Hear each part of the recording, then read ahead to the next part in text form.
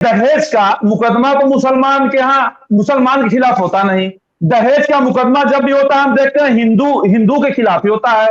हिंदू की बच्चियां जलाई जाती हैं, वो हिंदू ही जलाते हैं। योगी आदित्यनाथ जी के नेतृत्व में जो उत्तर प्रदेश की सरकार है, महिला सशक्तिकरण के लिए, महिला उत्थान के लिए, महिलाओं की सुरक्षा के लिए तमाम प्रबंध किए गए हैं। आपने एक षड्यंत्र रचा है सिर्फ हिंदू संगठन का वोट लेने के लिए। तो आपके सरकार में भी आप कहते हैं हिंदू खतरे में। ये तो हमारे समझ में नहीं आता, जब आपकी सरकार में हिंदू खतरे में है तो आप हिंदू का अस्तित्व बचाएंगे कैसे? ये तो लव जिहाद के नाम पर आप सिर्फ और सिर्फ हिंदू वोट की राजनीति कर रहे हैं। बनारस में एक भी मामला बता दीजिए जो मुकदमा पंजीकृत हुआ हो लव जिहाद से। जो मुसलमान से हिंदू बनी थी, हिंदू मर्द से उसने शादी की, लेकिन उसको लाइव सुसाइड करना पड़ा, ये बताने के लिए उस पर कितना अत्याचार हुआ। आप महिलाओं की घटनाओं को लेके बात कर रहे हो ना, तो महिलाओं की घटनाओं को महिला कल्याण, महिला उत्थान से ही मामला है 3 तलाक का। घटनाएं किस तरीके से जब भी किसी महिला के साथ बलात्कार या रेप होता है तो ये कहा जाता है इस जात की थी, उस धर्म की थी, एक महिला होती है। आपके सरकार में महिलाएं कितनी सुरक्षित हैं वो बताइए, जवाब लीजिए। आप अपने धर्म में देखिए कि महिलाएं कितनी सुरक्षित हैं। पूरे देश से सबसे ज्यादा अपराध मेरे उत्तर प्रदेश में है इस समय। On record national crime record bureau का रिपोर्ट मैं बता दूं, 60,000 केसेस महिलाओं पे दर्ज हैं। हमारे घर में हमारी बहन बेटियां, हमारी बहू कितनी सुरक्षित हैं, इस पे आप चर्चा कर लीजिए। हिंदू खतरे में है, हिंदू खतरे में है। लव जिहाद करके सिर्फ वोट की राजनीति कर रहे हैं। आप पहले देखिए हमारी बहू बेटियां हमारे घरों में कितनी सुरक्षित है। पहले हम अपने गिरेबान में झांकेंगे, न कि दूसरे गिरेबान में। थाना अध्यक्ष किस तरह से व्यवहार करता है, पूछता है कि कहां कहां आपको छुआ गया। इसके पहले घटनाएं जो होती थी रजिस्टर ही नहीं की जाती थी। पार्टी के नेताओं की कितनी लड़कियां ऐसी है जो मुसलमानों से विवाह किए हुए। मैं इस्लाम धर्म में न लव है, न जिहाद है, न ये जो भी बात बारी साहब कर रहे हैं, मैं इससे इत्तेफाक रखता हूं। मेरा कानून कहता है कि 2 वयस्क लोग किसी भी धर्म में कहीं भी किसी से भी शादी कर सकते हैं। 2 वयस्क हैं, 2 बालिक हैं, तो उनको हम कैसे बहला फुसला सकते हैं श्रीमान जी? मुसलमान वोट के भूखे लोग इस तरीके का काम करते रहे। ये दोहरी राजनीति, ये दोहरापन नहीं चलेगा समाजवादी पार्टी का। दोहरापन मैं दिखा रहा हूँ आपका। वो लव करते हैं, लव मतलब प्यार होता है। अब आप जिहाद मत मानिए। भाजपा की तरफ से ऐसे ही लोग आते हैं जो बगैर किसी प्रूफ के बात करेंगे।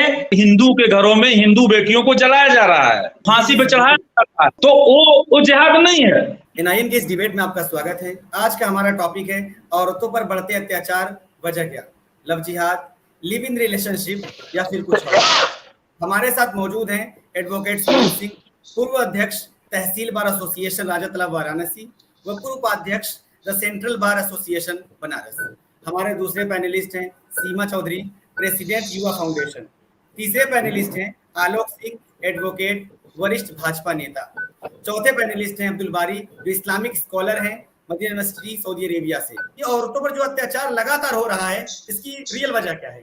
देखिए, मैं एक समाज सेवी होने के नाते साथ साथ विधि के विषय में भी जानता हूं। मैं एक वकील हूं।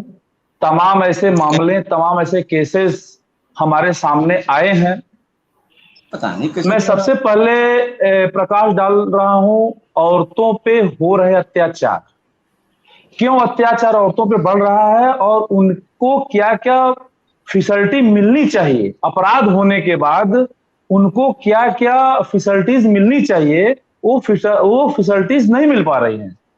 जैसे कि हम लड़की कोई आई, शादी होकर के घर में आई, वहां पे दहेज का मांग हो रहा है। अगर दहेज का मांग हो रहा है तो वास्तव में दहेज मांगा जा रहा है कि नहीं मांगा जा रहा है? अगर दहेज मांगा जा रहा है तो वो जाती हैं, उनके ऊपर अगर क्रूर व्यवहार हो रहा है, दहेज के नाम पर उन्हें प्रताड़ित किया जा रहा है, उनके साथ उत्पीड़न किया जा रहा है, तो वो जाती हैं थाना में अपना मुकदमा लिखवाने के लिए। तो थाना में उनकी सुनवाई कितनी हो रही है? उस थाने में उनकी सुनवाई कितनी हो रही है? कुछ नहीं हो रहा है। यहां तक कि मैं बता दूं कि 2021 से आज तक महिलाओं के ऊपर अत्याचार बढ़े हैं, महिलाओं के ऊपर अपराध बढ़े हैं। और अभी तक जो भी दर्ज मुकदमे हैं महिलाओं के ऊपर, 59 से 60 हजार मुकदमे तो सिर्फ उत्तर प्रदेश में, यूपी में जो दर्ज है, जो निस्तारित नहीं हुए हैं। रह गई बात लिव इन रिलेशनशिप की, तो पहले लिव इन रिलेशनशिप होता क्या है ये जानना जरूरी है। लिव इन रिलेशनशिप में औरतों को, महिलाओं को क्या क्या कानूनी अधिकार है, क्या क्या कानूनी हक है, ये भी जानना जरूरी है। लिव इन रिलेशनशिप का मतलब होता है दो बालिग लोग, सिर्फ पुरुष महिलाएं नहीं, दो बालिग, यहां तक कि पुरुष पुरुष भी और महिलाएं महिलाएं भी एक साथ रह करके, एक छत के नीचे रह करके आप यौन सुविधाओं का भी अनुसरण करते हैं, उसका सुविधा उठाते हैं, और उसके बाद जितनी भी एक वैवाहिक पुरुष और स्त्री जो भी सुख सुविधाओं का अपना पालन करते हैं, वही लिव इन रिलेशनशिप में दो बालिग औरत और पुरुष पुरुष भी, देखिए मैं इस बात को बता रहा हूं कि पुरुष पुरुष भी और महिला महिला भी एक साथ रह के लिव इन रिलेशनशिप में रह सकते हैं। आपका जवाब लेते हैं आलोक सिंह से। आलोक सिंह, सुनील सिंह ने कहा कि महिलाओं पर अत्याचार बढ़े हैं, सरकार कह रही थी बहुत हुआ महिला पर अत्याचार, अब की बार भाजपा सरकार क्या कर रही है? देखिए हम नाम दे देना, इससे मसले हल नहीं होते हैं अभी तक। निर्भया, जब निर्भया कांड हुआ उस समय केंद्र में कांग्रेस की सरकार थी और उत्तर प्रदेश में समाजवादी पार्टी की सरकार थी, और समाजवादी पार्टी इसीलिए बदनाम रही है कि समाज में जो गुंडागर्दी, महिलाओं के खिलाफ अत्याचार इत्यादि के लिए समाजवादी पार्टी जानी जाती है, या यूं कह लें कि महिलाओं के खिलाफ अत्याचार और गुंडागर्दी का दूसरा नाम ही समाजवादी पार्टी है। 2017 से जब से उत्तर प्रदेश में श्रद्धेय योगी आदित्यनाथ जी की सरकार आई है, महिला थानों को सशक्त किया गया है, महिला हेल्पलाइन के माध्यम से तत्काल पुलिस मौके पर पहुंचती है, और निसंदेह अभी पिछले दिनों जो भी घटनाएं लखनऊ में या अन्य जनपदों में हुई हैं, कठोर से कठोरतम कार्रवाई की गई है। इवन बाबा जी बुलडोजर वाले बाबा के नाम से ही जाने जाते हैं। अपराधियों में खौफ है, महिलाओं के खिलाफ अत्याचार में भारी गिरावट आई है, पुलिस घर घर तक जाकर के काम कर रही है। जहां तक लिव इन रिलेशनशिप की बात आपने कहा, निसंदेह सुप्रीम कोर्ट ने यह एक लोगों को यह एक अवसर दिया है। पहले ये चीजें नहीं थी, पहले यह व्यभिचार के क्षेत्र में आता था, व्यभिचार की श्रेणी में आता था, लेकिन लिव इन में रहने का कानून ने अधिकार दिया है। लेकिन इस कानून के आड़ में अभी आज ही दैनिक जागरण के में खबर छपी है कि किस तरीके से रंजना को और आयशा नाम की लड़की को एक मुस्लिम नाम ने करके बंबई में उसकी मुलाकात हुई। आप पढ़ सकते हैं दैनिक जागरण में, मैं बता देता हूं उस खबर के बारे में। मैंने आज ही किस प्रकार से रंजना से जरीना और आशा से आयशा बन गई और मिला सिर्फ धोखा। इन बच्चियों का यौन शोषण किया गया, इनकी जिंदगी को बर्बाद कर दिया गया। ये खबर बलिया से आई है। किस प्रकार से हम किसी विषय, किसी धर्म के ऊपर नहीं बोलना चाहते हैं, वो सभी धर्मों के ऊपर समान रूप से लागू होता है, किंतु कानून अपना काम कर रही है। महिलाओं के प्रति कोई भी सूचना मिलने पर तत्काल पुलिस अपना काम कर रही है, और महिलाओं के खिलाफ उत्तर प्रदेश में अब रात को 12 बजे, 1 बजे, 2 बजे महिलाएं घूम रही हैं। जी सुनिए आलोक जी, आप जो इतना गुणगान गा रहे हैं, ये बताइए कि अगर महिलाओं का कितना मुकदमा, अगर महिला जो है उत्पीड़ित होती है तो आपके थानों में उनका कितना मुकदमा लिखा जाता है? अगर महिला का उत्पीड़न होता है तो उनके साथ वहां पे बैठा हुआ आपका थाना अध्यक्ष कैसा व्यवहार करता है? अभी आप उत्पीड़न की बात करते हैं, कह रहे हैं कि योगी की सरकार है, बुलडोजर की सरकार है, तो आपके सरकार में इतना महिलाओं के ऊपर अत्याचार अपराध बढ़ा कैसे? जहां मात्र 37,000 अपराध थे, आपके सरकार में 60,000 हो गए। कैसे बताइए? महिलाओं के लिए सारी व्यवस्था है। और रह गई बात सिर्फ बिल्कुल और बिल्कुल आपने सही कहा। जो भी घटनाएं हो रही है उनका मुकदमा कायम किया जा रहा है। समाजवादी पार्टी नहीं कायम में मुकदमा टिके थे, महिलाओं का मुकदमा पुलिस थाने टिके हुए थे, समाजवादी पार्टी के गुंडों के कब्जे में थे थाने, थाना मैं बता दूं समाजवादी पार्टी के गुंडे चलाते। अब उत्तर प्रदेश में योगी आदित्यनाथ जी के सरकार में नहीं। उत्तर प्रदेश में योगी आदित्यनाथ जी की सरकार में महिलाओं के खिलाफ उत्पीड़न का मुकदमा दर्ज किया जा रहा है। समाजवादी पार्टी के गुंडे थाना चलाते थे, किला चलाते थे। बढ़ा कैसे अपराध? अगर आपके बढ़ा इसलिए कि समाजवादी पार्टी के सरकार में मुकदमे दर्ज ही नहीं किए जाते थे।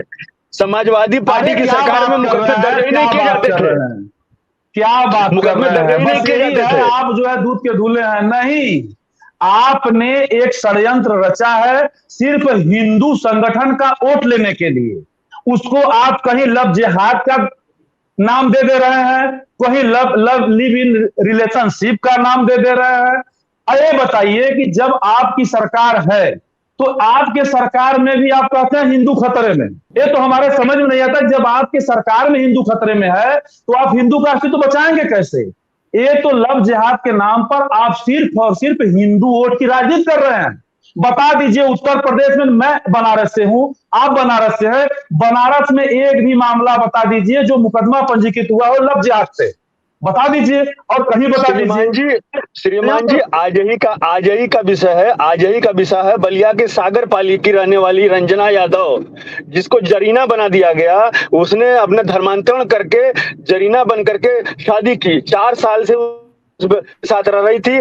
आज वह व्यक्ति एक दूसरी महिला के साथ पाया गया। रंजना जो जरीना बनी थी, बलिया के सागरपाली का मामला है। दूसरा मामला नगरा ब्लॉक का है, जहां पर आयशा बन गई और लवाई पट्टी के लड़के के साथ शादी की, उसने अपना मुकदमा दर्ज कराया है। तो यह एक सुनियोजित तरीके से चल रहा है लव जिहाद के माध्यम जैसे आप धर्मांतरण का काम।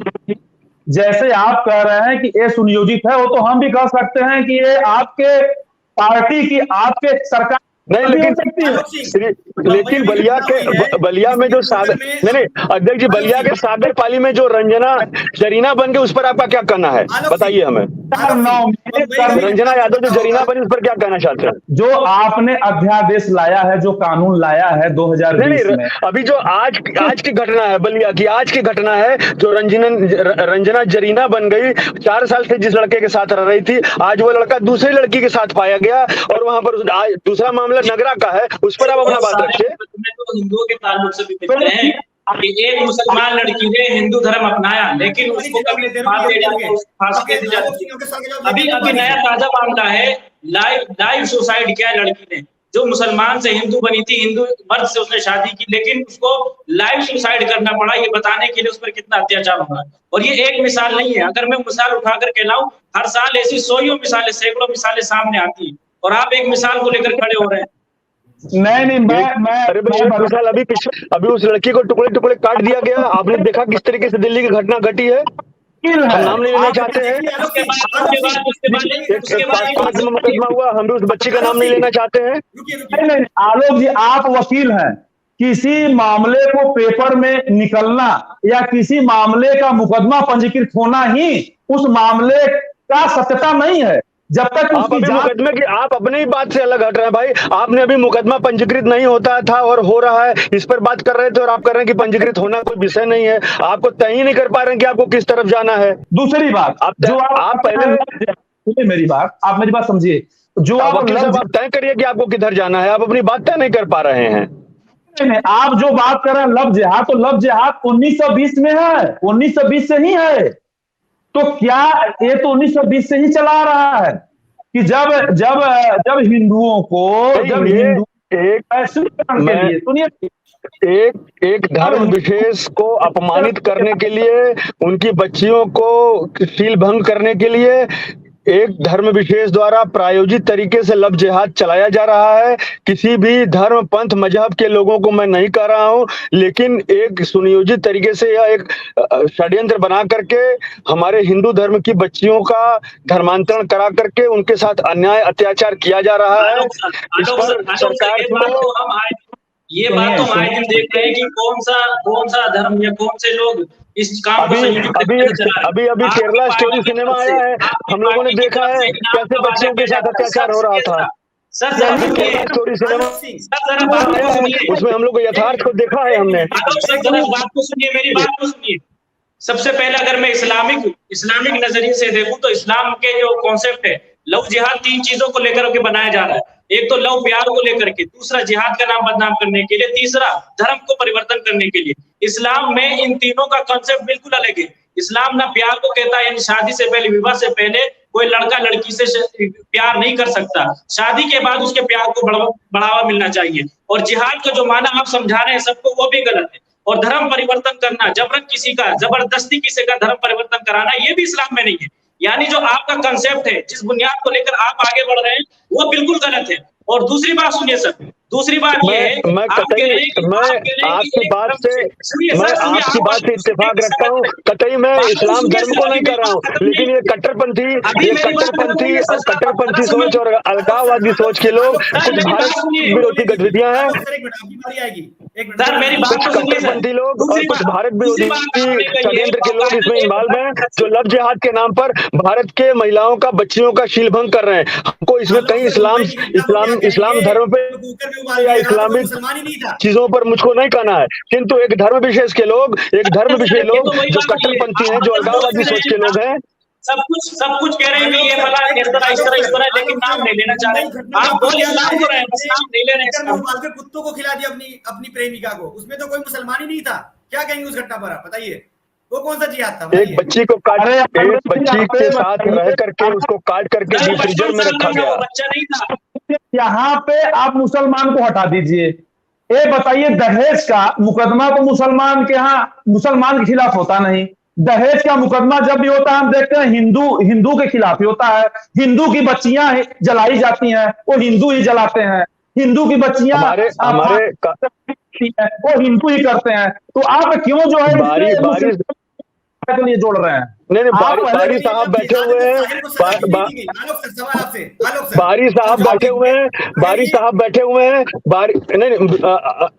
शाहिद भाई, मैं बारी साहब बैठे हुए, सिर्फ मेरा एक सिंपल सा सवाल है कि आपका 3 तलाक पर क्या कहना है? 3 तलाक मुस्लिम महिलाएं खिलाया गया। महिलाओं की सुरक्षा का सवाल है, ये महिलाओं की सुरक्षा का सवाल है, डिस्कस करेंगे। लेकिन पहले जो आपने बात छोड़ी है ना, मैं उसको पूरा ये लव है ना जिहाद है, और ना ही जबरन धर्म परिवर्तन इस्लाम में है ही नहीं। और दूसरी बात, आप कह रहे हैं कि मुसलमानों की तरफ से, आपने नाम नहीं लिया, लेकिन आपने सारी बात मुसलमानों की तरफ इशारा करके कही। आपने नाम नहीं लिया, लेकिन कहा मुसलमानों को, कि मुसलमान बाकायदा तौर से हिंदुओं को मुसलमान बना रहे हैं, उनसे शादी करने में छोड़ रहे हैं। मैं अपनी बात पर अभी भी कायम हूँ। मैं बारी साहब, मैं अपनी बात पर कायम हूँ। मुझको इस्लाम धर्म के एक बात, मेरी बात सुनिए, बोल रहा हूँ मैं सर, मैं आपकी एंकर साहब मेरी बात पूरी होने दीजिए। आलोक सर ने यहाँ बात महिलाओं की थी, न कि ये जो है महिलाएं कितनी सुरक्षित है? जी सीमा जी बोलिए, महिलाओं पर जो अत्याचार हो रहे हैं, इसकी रियल वजह क्या है? महिलाओं पे अत्याचार हो रही है, ये 3 तलाक और ये सारी चीजें कहाँ से घुस के आ रही हैं सर? मैं ये सब नहीं कह रही हूँ। महिलाओं पे अत्याचार होता है, लव जिहाद में डिबेट होते हैं, लेकिन सजा कभी नहीं होती है, चाहे वो साहिल हो, चाहे वो पूना में आप महिलाओं की घटनाओं को लेके बात कर रहे हो ना, तो महिलाओं की घटनाओं को लेके महिला कल्याण, महिला उत्थान से ही मामला है 3 तलाक का।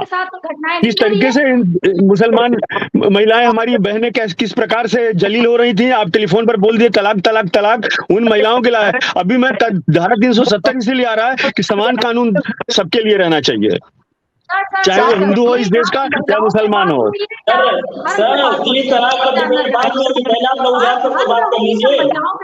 ये पहले मुझे बताया। नहीं, बात महिलाओं से हो रही है, और जब बात लव जिहाद की होगी, तो एक धर्म विशेष का उल्लेख होना जरूरी हो जाता है, क्योंकि जितने भी लव जिहाद की घटनाएं हुई हैं, जितने हमारी महिलाओं के साथ अत्याचार हुआ है। आलोक सर, आपने जो सवाल किया, आपके सवाल का जवाब लेते हैं उस वजह से। ये कह रहे हैं जब भी महिलाओं की बात होगी तो धर्म विशेष का जिक्र जरूरी है। आलोक सर सुनिए सर, जवाब दीजिए। नहीं, मैंने कहा कि ये लव जिहाद पर ही डिबेट हो रहा है, और लव जिहाद की जब बात होगी, महिलाओं की सुरक्षा की जब भी बात होगी, तो जिस तरीके से धर्मांतरण कराया जा रहा है, बहला फुसला करके हमारी बहनों का धर्मांतरण कराया जा रहा है, उनकी हत्या की जा रही है, तो निश्चित तौर पर सर मैं आपको यहाँ होल्ड करना चाहूंगी, माफी चाहूंगी आलोक सर, बच्चियां इतनी भी वो नहीं है कि जिनको बहला फुसला करके उनको इस तरह से कराया जा रहा है। और मैं एक चीज अभी आज का ताजा प्रमाण आपको दे रही हूँ, एक लड़की अनुष्का तिवारी जिसने जो है कि अपने बॉयफ्रेंड के साथ मिलकर के एक देवांश यादव लड़के का हत्या करती है, तो क्या आपको लगता है कि 22-23 साल की लड़कियां भी उनको आसानी से बहला फुसला दिया जाता है? इस वक्त भी मैं घर से बाहर हूँ। देखिए सीमा जी मैं आपका जवाब दे रहा हूँ। सीमा जी, घटनाएं होती रहती हैं, वकील साहब सामने बैठे, नहीं घटनाएं होती हैं, घर घर तक पुलिस और कानून इसीलिए है कि उसको उसके जद में लाया जाए और उसके खिलाफ कार्रवाई होगी। लेकिन जब मसला लव जिहाद का है, वो कोई घटना रेप का घटना है, या किसी महिला के साथ अत्याचार का मामला है, या दहेज हत्या का मामला है, या दहेज उत्पीड़न का मामला है, वो मामला रजिस्टर किया जाएगा, उसके खिलाफ कार्रवाई होगी। लेकिन जब मामला लव जिहाद का है, ऐसे में सिर्फ और सिर्फ हमारे देश की बच्चियों का सील भंग करने के लिए एक धर्म विशेष द्वारा ये काम किया जा रहा है।